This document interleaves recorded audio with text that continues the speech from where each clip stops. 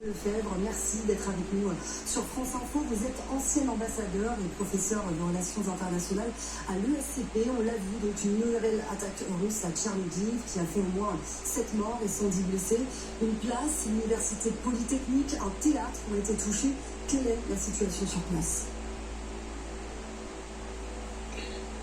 Écoutez, les Russes utilisent l'arme des bombardements contre les villes.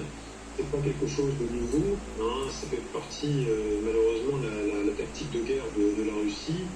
Donc voilà, ce qui est surprenant effectivement, c'est de s'en prendre surtout sur des installations civiles. Visiblement il y a pas de cible militaire et on voit aux images qu'il y a des destructions de bâtiments, il y a beaucoup de victimes civiles, ça s'est produit en plein jour.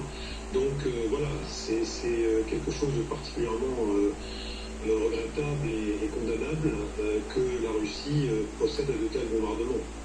Aujourd'hui, on l'a dit, donc une place, l'université, un théâtre.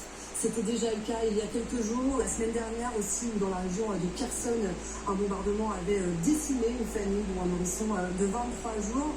Poutine joue clairement sur la terreur civile. Oui, parce que visiblement, bon, c'est pas nouveau, encore une fois, hein, il fait ça depuis longtemps, il s'attaque notamment aux infrastructures, les infrastructures énergétiques par exemple, les transports, etc.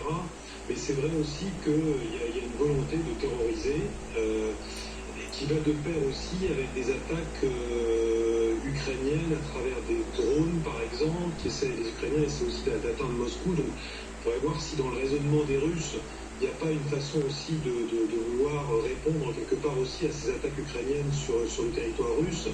Mais en tous les cas, depuis le début, c'est clair que la guerre qui est menée par la Russie est aussi une guerre de terreur, une guerre de bombardement, et qui s'en prend à des victimes civiles, à des villes. Et évidemment, tout ça est particulièrement condamnable.